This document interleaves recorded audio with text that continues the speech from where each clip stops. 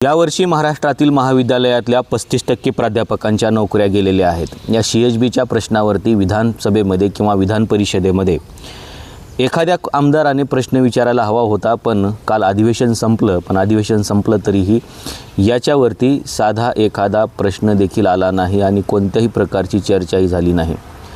जवळपास विधानसभेमध्ये 125 तास कामकाज चाललेलं आहे आणि विधान परिषदेमध्ये 101 तास कामकाज चाललेलं आहे, पण या कुठल्याही वेळेमध्ये CHBच्या प्रश्नावरती साधा 1 मिनिट किंवा 30 सेकंद देखील वेळ कोणाला मिळाला नाही। पदवीधरांचे म्हणजे हे जे काही CHB धारक आहेत लोक, ते पदवीधर किंवा पदवीधरांचे प्रश्न मांडण्यासाठी विधान परिषदेमध्ये महाराष्ट्रात 6 आमदार आहेत, त्यांचे स्वतंत्र 6 आमदार आहेत, ही गोष्ट लक्षात घ्या। पण या पदवीधरांचा हा साधा प्रश्न तिथं आला नाही। यावर्षी जवळपास 35 ते 40% CHB जे करत होते लोक ते बेरोजगार झालेले आहेत।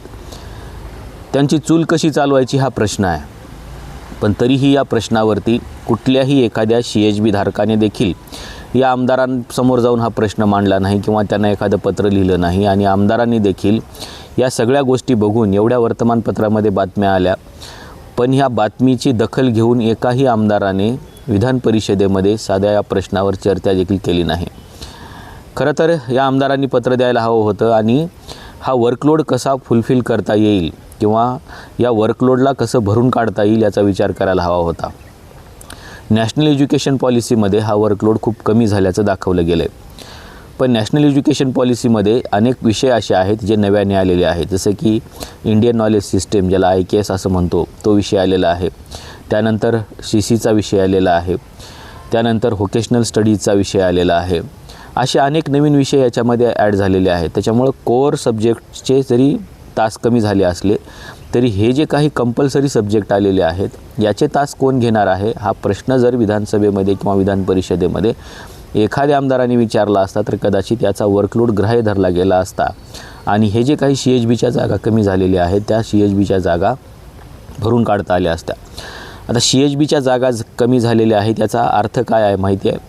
याचा अर्थ असा आहे की इथल्या परमनंटच्या देखील जागा कमी झालेल्या आहेत, ही गोष्ट लक्षात घ्या। म्हणजे जर समजा एखाद्या महाविद्यालयामध्ये 40 CHBच्या जागा कमी झाल्या असतील तर तिथल्या 20 परमनंटच्या जागा कमी झालेल्या आहेत, ही गोष्ट लक्षात घ्या। आणि मोठे जे इन्स्टिट्यूट आहेत ज्यांच्याकडे 4-4, 5-5 कॉलेज आहेत त्या सगळ्या कॉलेजमधल्या जवळपास 40 ते 45 जागा कमी झालेल्या आहेत, याचा अर्थ परमनंटच्या 20 जागा कमी झालेल्या आहेत। त्याच्यामुळं हा जर वर्कलोड ग्राह्य धरला गेला नाही भविष्यामध्ये तर प्राध्यापक अतिरिक्त ठरू शकतात अशी परिस्थिती आहे महाराष्ट्रामध्ये।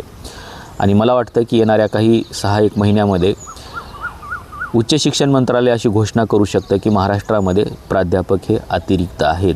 त्याच्यामुळं हा वर्कलोड ग्राह्य धरण्यासाठी म्हणजे CCचा वर्कलोड असेल, IKSचा वर्कलोड असेल, व्होकेशनलचा वर्कलोड असेल, हे जे सगळे वर्कलोड आहेत हे वर्कलोड ग्राह्य धरण्यासाठी महाराष्ट्रामध्ये जे 6 आमदार आहेत पदवीधरचे जे हे प्रश्न मांडू शकतात त्यांनी हा प्रश्न मांडायला हवा होता। म्हणजे हा प्रश्न आत्ताच मिटला असता, पण याला जर काही वेळ दिला तर मग हा प्रश्न मिटू शकणार नाही, कारण त्याच्यावरती जर समजा पॉलिसी फायनल झाली की प्राध्यापकच अतिरिक्त ठरत आहेत तर मग मात्र ह्या बेकारीला कोणीही रोखू शकणार नाही। आणि पदवीधरच्या आमदारांनी या सगळ्यांच्या गोष्टींचा अभ्यास करून हा प्रश्न पुन्हा नव्याने महाराष्ट्राचे मुख्यमंत्री असतील, उच्च शिक्षण मंत्री असतील यांच्यासमोर मांडणं खूप गरजेचं आहे, कारण एवढी बेकारी जर सेटनेट आणि PhD धारकांची वाढणार असेल तर येणाऱ्या काळामध्ये आपण रोजगार कोणाला देणार आहोत हा प्रश्न आहे। आणि प्राध्यापक जर अतिरिक्त ठरले ते ठरणारच आहेत, कारण क्लस्टर युनिव्हर्सिटी आली की परत प्राध्यापकांचा जे वर्कलोड आहे तो नव्याने तपासला जाईल